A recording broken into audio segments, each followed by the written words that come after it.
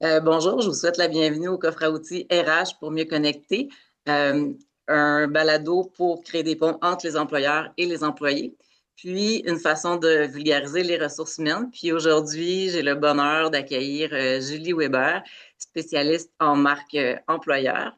Donc, bienvenue Julie, Merci beaucoup. Merci de l'invitation. J'apprécie vraiment. ça fait plaisir. Puis la thématique aujourd'hui qu'on va couvrir, c'est le ABC de la marque employeur. Puis pourquoi je trouve que tu es pertinente pour ce balado-là, c'est que tu aimes vulgariser la matière pour la rendre accessible. Donc, tu aimes vulgariser la marque employeur et que ça fasse sens pour tout gestionnaire et tout dirigeant, puis que ça fasse sens aussi pour l'employé. Donc, je trouve que c'est un bel espace qu'on puisse partager là, en ce moment ensemble. Ben merci. Effectivement, ça fait bientôt 6 ans que je parle de marque employeur. Puis il faut dire que l'expression est quand même assez récente.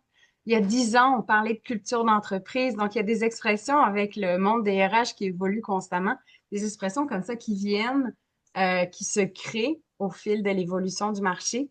Puis on se demande tout le temps, mais qu'est-ce que ça mange en hiver? J'aime ça vulgariser, surtout sur mon réseau LinkedIn, mais dès que j'ai l'occasion de le faire en conférence ou quoi, c'est de vulgariser vraiment pour que ça fasse, comme tu dis, du sens, puis que ce soit mon côté pragmatique, mon côté pratico-pratique, autant pour les employeurs que tout gestionnaire responsable dans les entreprises, là, oui. Est-ce que tu veux présenter davantage ton expertise? Oui, ben en fait, faut dire que avant tout, faut dire que j'ai plus de 20 ans d'expérience en administration comme salarié. Donc, je pense que avant de partir mes entreprises, j'ai eu un bon background et un bon ressenti comme salarié avant tout. J'ai vu des super beaux gestionnaires, des super belles pratiques, mais aussi des faux pas à éviter. Et comme consultante en communication RH, marketing RH, marque employeur et tout ce qui gravite autour de ces mondes-là, c'est, je pense, cette dualité ou cette double perspective, en fait, qui m'amène un petit quelque chose de plus, tu sais. Parce que quand tu es employeur ou gestionnaire depuis ton bac à l'université ou autre, c'est sûr que tu es proche du terrain selon les industries, mais parfois tu as un ressenti un peu différent, tu sais. Hmm. Moi, je suis toujours un peu un pied dans les deux mondes et je pense que c'est ça qui fait ma force parce que j'amène des solutions aux employeurs qui veulent vraiment, un, attirer plus rapidement les bonnes personnes, mais aussi prolonger la durée en poste de leurs employés en communiquant régulièrement, en optimisant leur processus de communication interne, tu sais. Donc, je pense que c'est là où je fais une différence quand j'apporte des solutions à des clients. Je ne vais pas leur apporter quelque chose qui n'aura pas d'impact sur les équipes parce que je me garde quand même proche là, du terrain, moi aussi, tu sais. Ça me parle beaucoup ce que tu dis, puis je trouve ça, ouais, je trouve ça important, cette double perspective-là. Mm. Euh, c'est quoi, comme, comme tu disais plus tôt, qu'est-ce que ça mange en hiver? Donc, est-ce que tu peux répondre à cette question-là? C'est quoi la marque employeur? Comment on la définit? Puis qu'est-ce que ça mange en hiver en bon québécois? Oui, mais tu sais, dans mes articles de blog, j'ai fait une série de QC, quasiment. C'est quoi Ouais. ça, la marque employeur? En fait, comme je disais tout à l'heure, il y a 10 ans, on parlait pas forcément de marque employeur. On parlait beaucoup plus de culture d'entreprise. Donc, moi, je suis pas trop à cheval sur les mots. Je vais beaucoup parler de culture d'entreprise. Je vais beaucoup parler de positionnement employeur ou de communication employeur parce qu'au fond, c'est ça. La marque employeur, ce qu'il faut savoir, c'est que c'est une image qu'on projette comme employeur. Donc, on peut parler comme une entreprise de services, de produits, etc. Ça, c'est la communication organisationnelle. On va parler comme de l'entreprise dans les médias, auprès de nos fournisseurs. On va parler d'une certaine façon à nos clients, etc. Mais la marque employeur, c'est comment on se présente comme employeur. Donc, la cible à qui on va parler est éventuellement des candidats au début pour le recrutement, mais aussi tout au long, ou en tout cas, ça devrait être ça, tout au long du parcours employé, il faut continuer à à faire vivre cette marque employeur-là. Donc, c'est pas juste l'image projetée, mais c'est l'image aussi qu'on a à l'interne. Qui on est, comment on travaille, c'est quoi nos objectifs, le milieu, l'atmosphère, mais le milieu aussi physique de notre environnement. Est-ce que les deux images, si tu veux, est-ce qu'elles sont alignées? Est-ce qu'elles sont vraiment euh, cohérentes? Hein? Ça, c'est ça l'objectif ultime pour qu'une marque employeur soit forte. Il faut qu'elle soit authentique, vraie, cohérente plus que tout. Est-ce que ça t'éclaire? Oui, donc c'est ça, la marque employeur, c'est autant interne à l'intérieur de l'entreprise, à l'extérieur de l'entreprise et de voir est-ce que l'employé, ce qu'il ressent, est-ce que c'est vraiment ce qui est affiché à l'extérieur. Donc, Exact. Parce que je te donne un exemple de l'effet contraire. Donc, quand je projette une image d'employeur à l'externe, donc aux candidats, aux candidates, bien, nous, ça nous attire. Mon Dieu, on aime ça, on aime ce qu'on voit sur la page carrière, l'affichage de poste. J'envoie mon CV. Au recrutement, ce qu'on me dit, c'est toujours pareil. Je suis excitée, je me vois déjà en poste. Et finalement, on me recrute.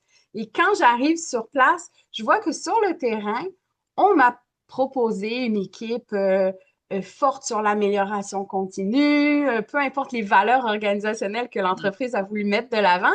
Puis tout de suite, on a l'habitude de voir en bon français des red flags, mm, de voir des dissonances, de voir que ben, finalement, ils ne sont pas si ouverts que ça à mes suggestions, tu sais. Peu importe le cas, là, c'est un exemple. Et c'est là que cette dissonance va créer un fossé. Et veut pas, l'image employeur qu'on projette, ça crée des attentes chez mm. les candidats. Et une fois qu'on est sur le terrain, est-ce que ces attentes sont répondues ou est-ce que finalement, c'est pas ça qu'on m'avait promis? Donc, c'est là où je parle, moi, beaucoup de fausses promesses. Et on n'essaye pas par mauvaise intention de faire des fausses promesses, mais c'est qu'on veut tellement se vendre, on veut tellement se démarquer des autres employeurs que parfois on en beurre un peu épais sans forcément aller vérifier est-ce que nos si belles valeurs, notre présentation, est-ce qu'elle est toujours vraiment réellement incarnée sur le terrain? Et c'est là où il y en a qui disent, ben, ça dépend des équipes. Tu sais. C'est normal. Plus l'entreprise est grande, plus il y a des micro-cultures. Chaque équipe se gère elle-même. Mais l'important, c'est est-ce que la personne qui va arriver dans son équipe, est-ce qu'on lui a présenté ou est-ce qu'on lui a promis des choses réalistes selon son équipe? Tu sais. Et si ça arrive, c'est super, la personne va vite devenir un ambassadeur ou une ambassadrice. Mais si ce n'est pas le cas, c'est là où la personne va tout de suite passer dans un mode robotique, pilote automatique. Je vais faire le strict nécessaire, puis dans ma tête, je commence à regarder ailleurs peut-être, ou je Mm. commence à me poser des questions, ou finalement, je suis tellement déçue que justement, je commence à envoyer des CV. Peu importe. Fait que les fausses promesses, c'est vraiment, vraiment, vraiment dangereux.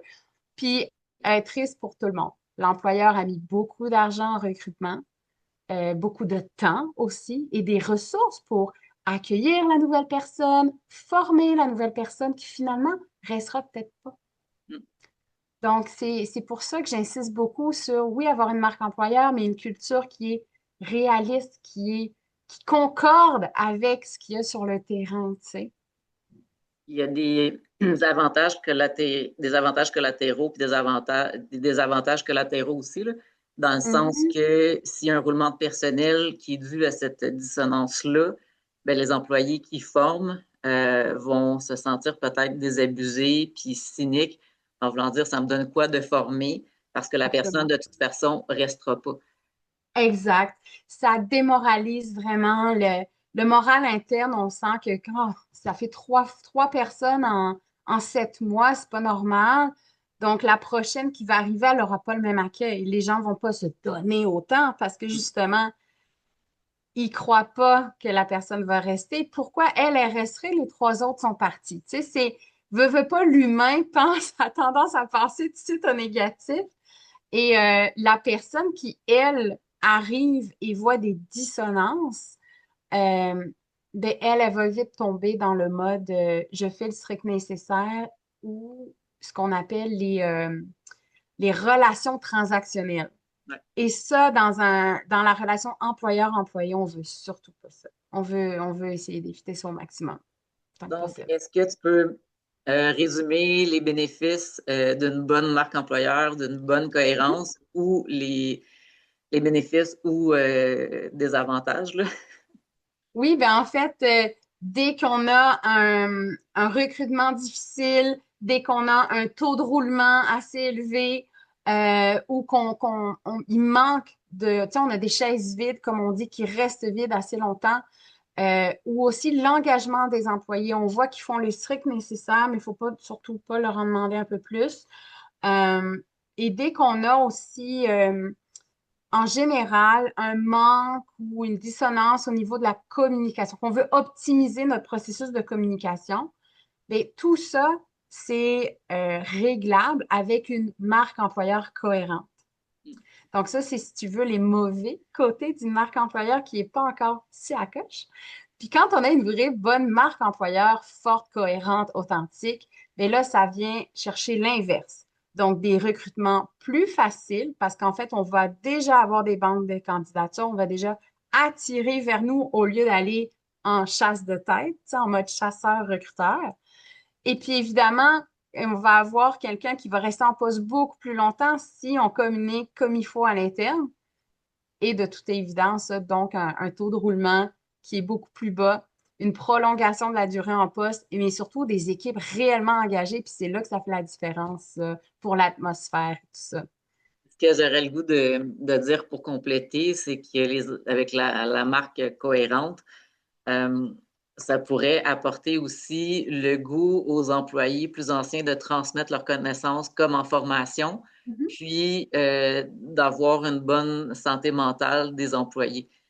Euh, Absolument, parce que tu sais, quand on veut changer d'équipe, c'est souvent pour être mieux, améliorer notre sort. C'est pas juste une question de salaire, c'est de se sentir bien, d'être dans une équipe où on sent qu'on a notre place. Ça peut être tout simplement se rapprocher de la maison, avoir un horaire plus flexible. Peu importe, il y a mille et une raisons qui peuvent pousser une personne à regarder ailleurs. Donc, quand on fait le choix de changer d'équipe, la marque employeur qu'on nous a promis, c'est ce qu'on espère. C'est notre promesse RH. Est-ce qu'on te promet un milieu de travail sain, équilibré, euh, équitable, diversifié, chacun à sa place, peu importe.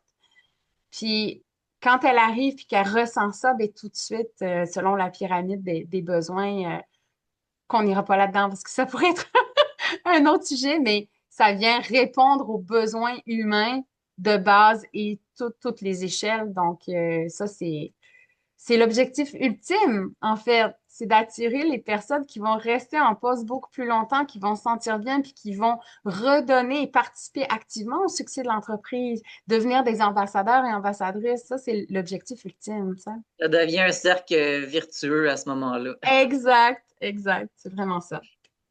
Euh, t'as- Mettons, si tu résumais en trois étapes Mhm. la façon de faire, admettons pour une personne qui a, qui a pas le budget des grandes entreprises, mais qui veut partir Mm. sa marque employeur, as-tu trois étapes? Puis est-ce que ça se fait à petit budget et ressources limitées? Ben, en fait, c'est drôle que tu parles du budget ressources illimitées parce que on pense tout le temps que la marque employeur, il y a des fausses promesses. On pense tout le temps que la marque employeur, il faut 35 ou 75 000 pour en faire une. C'est faux. On pense que ça prend un minimum de 12 mois pour l'élaborer. Pas forcément.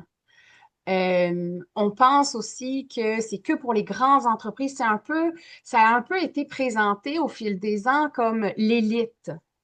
C'est pas tous les employeurs qui peuvent se permettre une marque employeur, qui peuvent accéder à ça. Moi, je suis à contre-courant de ces idées-là, comme tu le sais. Moi, mes clients, c'est des petits employeurs, c'est des employeurs qui sont dans des entreprises saisonnières, donc tourisme, mais pas que. Donc, je prouve au quotidien que ces idées sont fausses.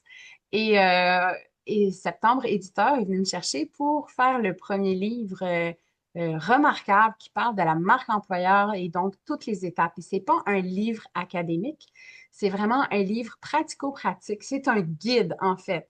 Et dans ce guide, il y a tous les pas à faire. Donc, un chapitre, une action, des bons exemples à suivre, des faux pas à éviter. Je trouve ça important aussi de les préciser, basés sur des faits vécus que j'ai vus, que j'ai vécus, que d'autres m'ont rapportés. Et puis, à la fin de chaque chapitre, donc 14 chapitres, 14 exercices, c'est un exercice pour comment on applique ce qu'on vient de voir dans le chapitre à notre entreprise. Donc, c'est vraiment côté budget, écoute, il est 33,95, c'est dur à battre. Une marque employeur à ce prix-là. C'est sûr que ça va demander beaucoup plus de temps à investir que de se faire accompagner par un ou une consultante. Ça c'est sûr. Mais la base est accessible et c'est ça le but du livre. Ceci dit, les trois étapes, je te dirais que je pourrais résumer ça en un, notre why. Pourquoi on veut une marque employeur? C'est quoi notre objectif? Et de prendre cet objectif, ça peut être sans employé, mon entreprise ne durera pas plus que 3 ans parce que je suis obligée de refuser des clients. OK, ce qui est très réaliste. Bien, cet objectif, de le mettre en objectif de communication. Donc, il faut le transformer en communication pour savoir sur quoi on doit focuser notre énergie et pourquoi on veut vraiment initier une telle démarche. Ça, c'est l'étape 1. L'étape 2, c'est évidemment de prendre le temps d'analyser notre entreprise de façon neutre. D'où la beauté d'être accompagné par un ou une consultante. C'est plus difficile quand on est dans l'entreprise, mais c'est faisable. Donc, de prendre un pas de recul puis de s'analyser de façon très objective sur nos forces, nos faiblesses, les opportunités du marché, les menaces peut-être du marché, etc., pour vraiment aller chercher qu'est-ce qui sont les éléments principaux à mettre de l'avant. Qu'est-ce qui fait que nous, on est différent de notre concurrent employeur Mm. d'à côté. Et la troisième étape, une fois qu'on a tous ces éléments, c'est bien beau, mais il ne faut pas qu'ils prennent la poussière. Il faut les communiquer, tout simplement. Donc, planifier une communication, planifier de quoi on va parler, autant à l'interne qu'à l'externe, donc autant à nos clients qu'à nos employés. Parce qu'évidemment, une marque employeur ou des valeurs communes, ça va attirer les candidats, ça va faire que les employés restent, mais ça va aussi attirer des clients. Parce que veut pas de nos jours, quand on veut aller chercher un nouveau fournisseur, on va aller chercher quelqu'un qui a des valeurs communes. Tu sais. Donc, je te dirais que les trois étapes, ce serait ça. Un, objectif. Deux, s'analyser de façon neutre et objective pour aller chercher les éléments clés de la marque employeur. Et trois, communiquer, diffuser cette marque employeur de façon planifiée. Merci. Puis, je pense que quand on va chercher des partenaires d'affaires ou des fournisseurs, les gens regardent de plus en plus comment les employés sont traités à l'interne. Est-ce que les employés ont l'air heureux? Si je vais, tu sais, si je vais manger dans un restaurant et j'entends tout le monde crier en arrière, ça me donnera pas le goût de retourner là puis d'encourager l'entreprise qui traite ou qu'il y a cette culture-là à l'interne. Donc, Absolument. c'est ça. Si les employés sont bien traités, si la marque est cohérente avec ce qu'on promet à l'extérieur, à l'intérieur, ben à ce moment-là, ça va se ressentir, puis ça va être attractif aussi pour aller chercher des clients de plus, des fournisseurs et Mhm. continuer ce cercle virtueux-là. Oui, puis tu sais, on a plusieurs exemples très concrets d'entrepreneurs au Québec, en France et dans plusieurs pays qui avaient une entreprise florissante, qui, par exemple, se positionnait comme une entreprise où euh, le côté développement durable était très important au cœur de leurs actions. Et puis vite, on a vu grâce à des plateformes web que à l'interne, c'était pas si rose que ça. Puis même que ces entrepreneurs-là traitaient mal leurs employés au point d'avoir une relation toxique ou un environnement où il y a du harcèlement psychologique au travail et tout ça. Et ça a vite, vite, vite dégringolé quand la rumeur, pas la rumeur, mais leur réputation a été atteinte parce Mm. que les clients et les fournisseurs ne veulent pas être associés à une entreprise comme ça si ça ne marche pas avec leurs valeurs et leur positionnement à eux. Et dès qu'ils se retirent, ben, ça fait un gros drop là, dans plusieurs entreprises de plusieurs industries. On a vu ça, donc c'est pas nouveau, puis ça va continuer à perdurer comme ça, là, vraiment. Puis on parle souvent aussi que maintenant, on a comme une identité physique et une identité virtuelle. Donc, autant pour recruter des candidats, il y a différentes plateformes. On peut Mhm. visualiser le Facebook, le LinkedIn, mais autant l'employé peut aller s'informer de c'est quoi la réputation de l'entreprise au niveau santé et sécurité au travail, au niveau culture d'entreprise, comment les employés sont. Donc, Et c'est un ben, couteau avec à les double, plateformes, excuse-moi. oui, ben c'est un couteau à double tranchant. Ça peut faire peur Oui. et en même temps, ça peut être une responsabilité de plus d'être conscient que avec les plateformes numériques, ben, que l'information elle va être présente. Oui, puis tu sais, avec les plateformes web qu'on a, pour ne pas les nommer, Indeed, Glassdoor, où il y a vraiment une section pour trouver un emploi, mais une section entreprise où on peut aller voir la note globale que des anciens employés, des employés actuels, des anciens candidats ont donné à l'entreprise. Ça vient confirmer un peu notre ressenti. Ah, j'aime ça. Ah, finalement, ça n'a pas l'air si rose que ça à l'interne ou quoi. La semaine passée, j'ai fait plusieurs ateliers au Cégep. Puis évidemment, c'est des premières années. Puis je pense que la partie la plus intéressante du cours pour eux, ça a été de découvrir ces plateformes-là. Mm. Parce que comme je leur ai dit, avant d'envoyer ton CV, renseigne-toi. Parce que sinon, on envoie notre CV et nous aussi, on est déçus. Et Mm. on se dit, ah, dans quoi je me sens embarquée? Tu sais, c'est pas si le fun que ça finalement comme emploi, même si c'est un emploi d'été puis qu'on est là que 3, 4 mois, on veut être bien au travail. Donc, je leur ai fait découvrir ces plateformes-là, puis honnêtement, quand on les découvre après ça, on devient addict assez vite. C'est vraiment des informations précieuses. Il faut savoir évidemment comment les lire, les décrypter, euh, en prendre et en laisser, évidemment. Mais les notes globales sur une entreprise, ça en dit long aussi. Puis un truc qui est simple aussi, c'est sur Google, c'est qu'on peut, notre entreprise peut être notée. Puis Mm. juste une expérience, des fois, j'ai des gens qui me disent qu'ils n'ont pas le temps de s'occuper de la marque employeur, qui n'ont pas le temps de se préoccuper de qu'est-ce qui est véhiculé sur eux, sur les réseaux sociaux. Puis c'est normal de pouvoir en échapper, puis que des fois, il y a des choses qui se passent. Mais il y a une entreprise que je découvrais, puis que je suis allée voir sur Google, puis il y avait un commentaire. Le commentaire était négatif et datait de 12 ans. Donc, c'est important aussi d'avoir, d'être conscient de qu'est-ce qui se passe sur les réseaux, de qu'est-ce qui est dit sur nous. Puis quand ça va bien, mais peut-être de demander aux employés de participer. Est-ce que c'est possible de Mhm. partager l'expérience positive aussi? Parce que quand c'est négatif, on a tendance à le partager, je pense, à 10 personnes, puis quand c'est positif, Oui. à 3 personnes. Donc, c'est important de savoir ce qui est dit sur nous, puis peut-être recadrer avec nos bons ambassadeurs. Parce que même si ça Effectivement. fait 12 ans, moi, le commentaire que j'ai lu de cette entreprise-là avant d'accepter un mandat ou non, c'est le commentaire qui m'est resté. Un commentaire Mhm. négatif de 12 ans. Peut-être que l'entreprise s'est améliorée, peut-être que, mais ce qui reste sur l'entreprise, c'est ce commentaire-là. Donc, est-ce que tu veux rebondir sur ça? Oui, en fait, écoute, j'y dédie un chapitre complet parce que c'est tout le temps ma recommandation de gérer, de faire une veille de sa réputation employeur.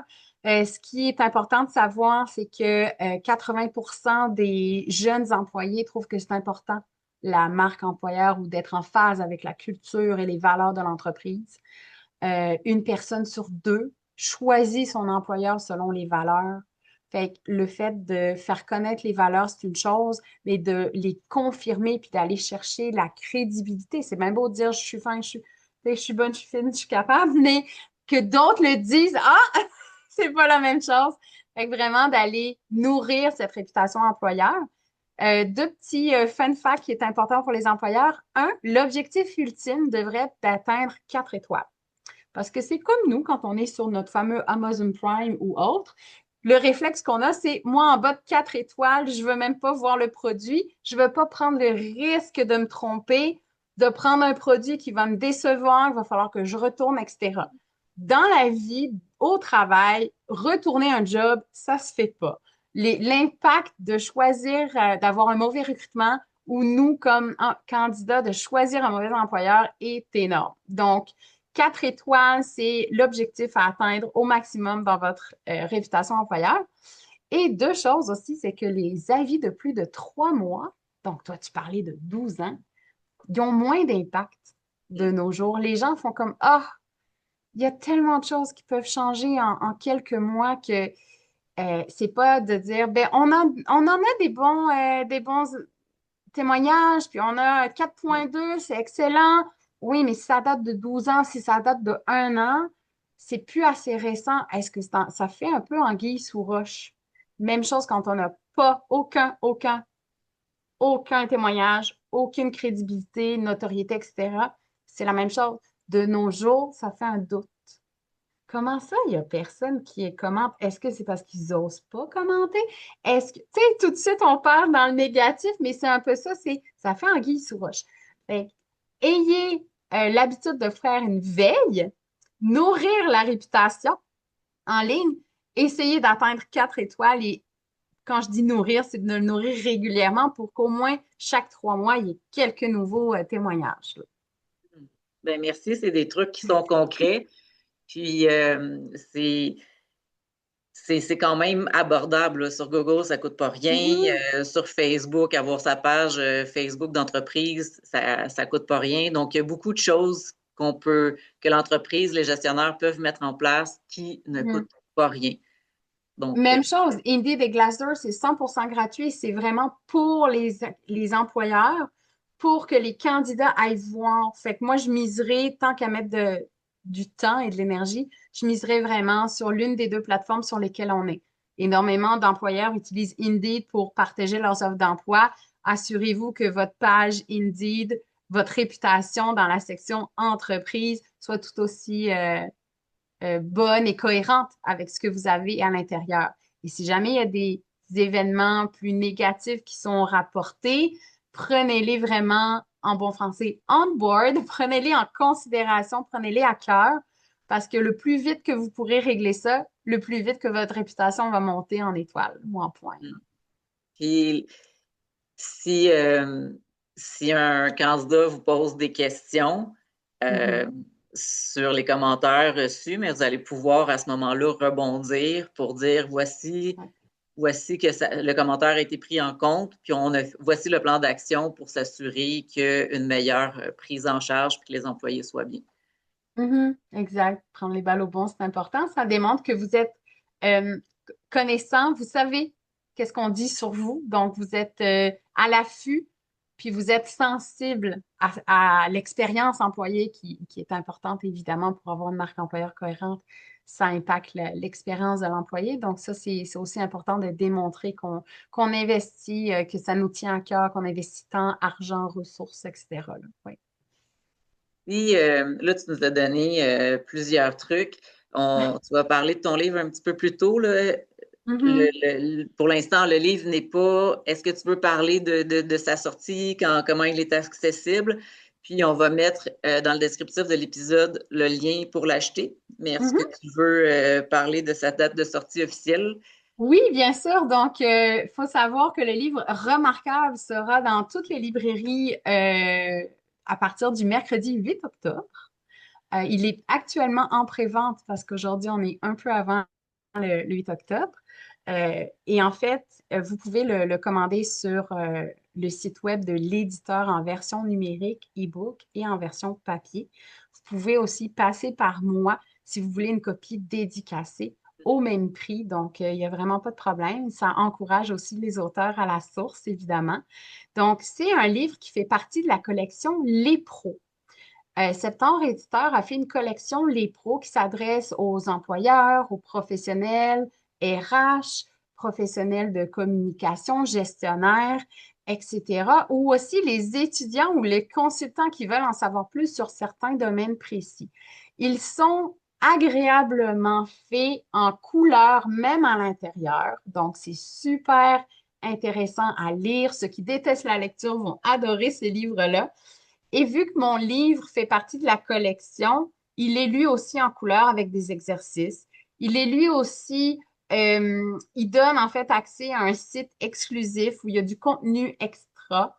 Donc, ça, c'est toujours le fun d'aller à la ressource et d'acheter le livre aussi pour ça. Et c'est un guide, donc pratico-pratique. Donc, pour moi, c'est vraiment un livre qu'on garde avec nous, oui, pour créer notre marque employeur, mais aussi pour la revamper au fil du temps, hein, pour la garder à jour, mais aussi dans n'importe quel projet de communication, que ce soit un transfert d'entreprise, achat, fusion, acquisition, relève d'affaires. Dès qu'on parle de ces mots-là, c'est de la communication, c'est la gestion du changement et donc on va feuilleter le livre et on va pouvoir bâtir un projet qui va avoir un impact réel sur, selon nos objectifs évidemment, mais sur nos richesses humaines RH. Donc, le livre est en pré-vente en ce moment. On va le laisser Oui. dans le descriptif de l'épisode, le lien pour l'acheter. Mhm. Euh, on va laisser aussi dans le descriptif de l'épisode ta page LinkedIn pour si des gens veulent te suivre. Mm. Puis, je crois qu'on va laisser le lien aussi pour s'inscrire à ton infolettre. Est-ce que tu veux glisser quelques mots sur ton infolettre? Oui, en fait, mon infolettre, elle est particulière. Elle est sur LinkedIn.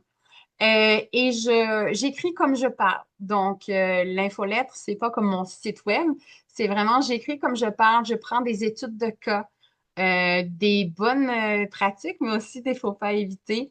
Puis le but sur cette infolette, c'est un peu d'initier des conversations, d'ouvrir la porte sur des réflexions qu'on peut avoir en groupe sur le monde du travail, puis surtout partager les solutions pratico-pratiques que dans les dernières années, j'ai mis sur pied moi-même pour certains clients et que je trouve pertinent pour l'ensemble des employeurs. Donc, c'est vraiment pour les curieux et curieuses qui veulent en apprendre plus sur la communication RH dans son ensemble, incluant le marketing RH, là, évidemment. Puis, est-ce que tu voudrais donner un mot de la fin et pour le salarié et pour le gestionnaire dirigeant? Mais je te dirais que pour les salariés, ce qui est important pourquoi c'est important de connaître la marque employeur, en fait, c'est que, on va avoir un œil différent sur l'employeur, comment il communique avec nous, puis vraiment de pouvoir dire, est-ce que moi, j'ai vraiment un employeur remarquable, comme le dit le livre, parce qu'on connaît un peu les bonnes pratiques à suivre. Mais aussi, je pense aux valeurs, les valeurs communes dont on a parlé souvent tantôt. Juste le chapitre avec l'exercice pour les valeurs, il s'applique aux entrepreneurs, solopreneurs et donc aux employés aussi. Plus vite après l'école, on se connaît, nous, nos forces, qu'est-ce qui fait qu'on peut être mobilisé, notre motivation aussi interne, puis nos valeurs, mais plus vite on peut les établir, les connaître, les identifier, plus vite, mieux on va pouvoir choisir notre prochain poste, notre prochain employeur et se sentir sur notre X, t'sais. Donc ça, pour les employés, je trouve que c'est super important et intéressant à ce niveau-là.